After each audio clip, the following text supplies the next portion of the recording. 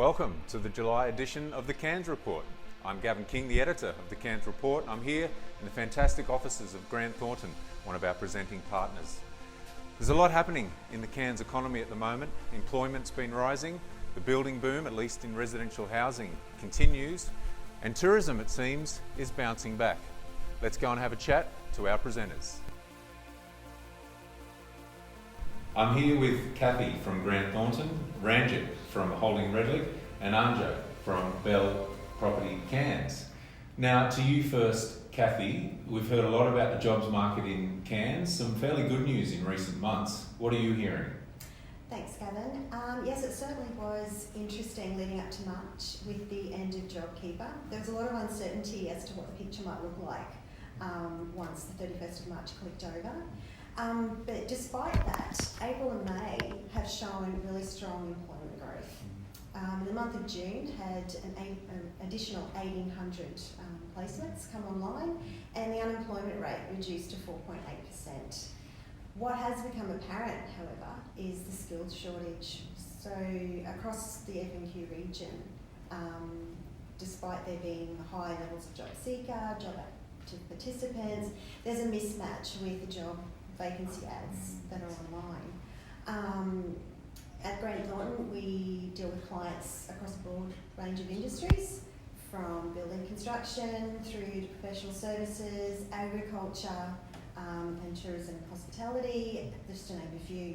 And the message from all of them has been the challenges with finding people to fill the roles with the skills that they need. It's amazing to think, isn't it, that we're in a skills shortage. If you look back 12, 15 months, to think we're in this position now, it's absolutely incredible. Ranjit, to you now, the property and construction industry, again, we've heard a lot of good news on that front in the last, 6 months or so. What are you hearing out there? Well, there's two challenges in the marketplace, and I think I've foreshadowed them in previous editions of the Cairns Report, and not one for hyperbole, but I think that some of these issues will at some stage reach something close to a crisis point. So what I'm calling for and what I'm suggesting is that we need a tri-level, multi-agency coordinated approach, in particular targeting the lack of affordable housing, the lack of affordable rental property, because if we do not meet that issue head on, that will become a constraint to growth. And the reason for that is, as Cathy just identified, we have this skills shortage locally. We've got a jobs boom, one that we haven't seen anything of the like in Cairns the last decade. We've got an opportunity to fill these positions, but what we do need to do is we need to attract the people who can fill that skills shortage. We need to grow our town. We need more population. That in turn will create more infrastructure funding for our region from all levels of government. But in order to fill those positions, we've got to find a place for these people to live and to be able to then work close to where they're going to be. And it's a massive challenge, isn't it, where we do want to boost our population, we want people to move here, and yet where on earth do they live? It's a massive, that vacancy rate, I think in our latest Cairns report, something like 0.7%, so absolutely critical rates for our rental market alone. So, all right, now, Antje, to you in the tourism space and holiday rentals, what's it like out there at the moment? It's been quite challenging in the fact that, we've had to deal with a lot of lockdowns, firstly in Melbourne, Victoria, and then now currently in Sydney, which means that the market is continuously changing. We're obviously getting a lot of cancellations. With that, we need to be extremely flexible. So we're offering refunds to those who can't travel, who are stuck, in the lockdowns, which is quite challenging, because you have to manage that and make sure that, people are getting the money refunded to them, and then trying to fill the gap and get some more, bookings in, and then trying to fill those. But on a positive note, we've got an occupancy of 80% across our high-end apartments and houses. So.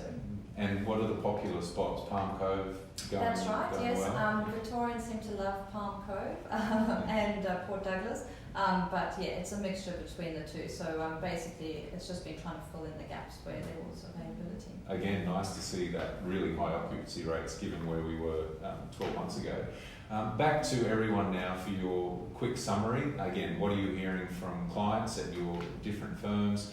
What do you see the next, say, second half of 2021 looking like? To you first, Cathy.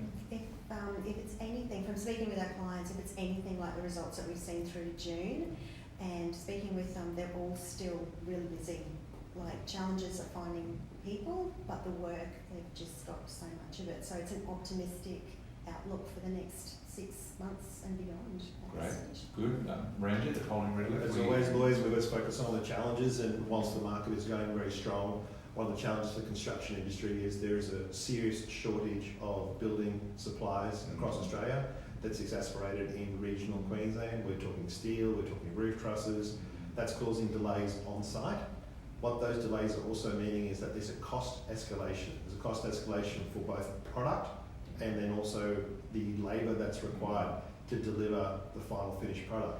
What that I think that might mean is that, unfortunately, it might mean some builders are bitten off more than they can chew, and that might cause some issues, because I think some projects and some houses may never see the completion that we're intending. So I think as well as going for the next 6 months, there's some challenges on the horizon. Always that downside to any upside, I guess, any boom. There's always some challenges there.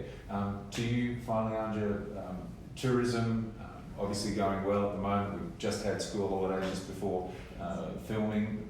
What are you thinking and seeing over the next 6 months? Definitely from now until at least the end of the next school holiday, so the end of September, most of the accommodation is fully booked. So it's very busy, and people are coming up here, which is fantastic. You know, they're trying to escape the lockdowns firstly, and obviously trying to get some nice warm weather up here, which is great. And I think beyond that, beyond September, it will continue to stay busy, purely because the international borders are still closed. I think people are realising that they won't be able to travel until next year, hopefully. And I think that's why they're, searching for trips to come over through Christmas, New Year, and then possibly looking at it again next year as to where they can go. So. Well, there you go, from business activity and employment to construction to tourism, some very positive news, but as you've all outlined, there are some challenges there, whether it's border lockdowns and cancellations or rising costs or skill shortages. So it'd be great to see governments get involved and really tackle those issues, because we've got a great opportunity for a great pipeline over the next couple of years. To Cathy, to Ranjit, to Antje, thanks so much for your time on the Cairns Report. Don't forget, log on cairnsreport.com.au, sign up for those free subscriptions and get the report first every month in your inbox. Thanks for watching.